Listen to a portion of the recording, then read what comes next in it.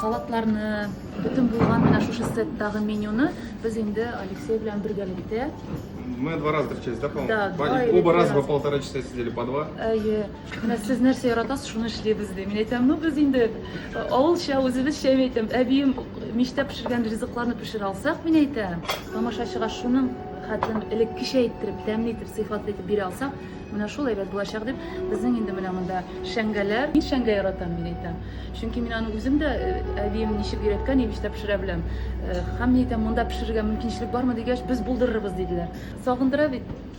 Менә миннән әле интервью алалар. Мен әйтәм, кайсы вакытыгызга кайтырыгыз дип интервью алалар миннән. Мен әйтәм, мин әлбәттә булачакка әбиемнең шул мичтә пешергән, җигреп йөри идек, мен әйтәм, мич аркылы бездә генә ул мич камын басып тора, ул йортта белсәгез сез. Абинең исеме кем иде? Әбинең исеме минем Гадилә иде. Курныж мактабысына бик күңелле кеше иде.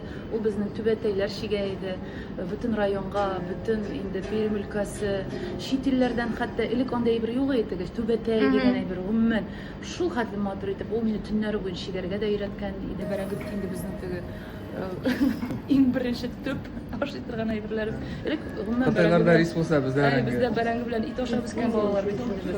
Шуңа кичкенә булса да бәрәңге салырга тырыштык. Но инде мин соңгы арада теге ПП диләр бит инде теге әзрәк теге туклану әйберләрен ирек җиңелрәк булсын дип инде без мин яраткан менә монда әйберләрне салдык.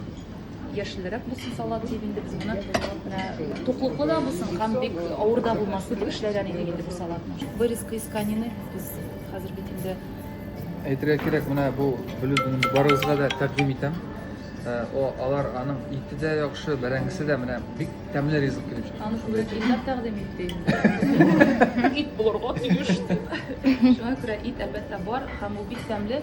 Ул томленый дип әйтә бит әле, узак тотылган ит. Мясо приготовить сможет любой, и в принципе, ну, у нас приготовить рибай, конину, говядину, замариновать, пожарить, но что-то сделать самое легкое из простого продукта сделать сложное. Это свекольный костыбей, который готовится 48 часов, свекла готовится 48 часов, запекается, замораживается, потом готовится на низкой температуре, потом вырезается, вырубаются вот эти слайсы, заворачивается в костыбей. По факту это свекла с майонезом, как раньше делала бабушка, да, возможно, в столовке. Но мы обыграли, мы сделали здесь хорошую сливочную начинку с черносливой, немножко аджики. Все это подается с тыквенной семечкой, многие говорят, это фисташками, это тыквенная семечка.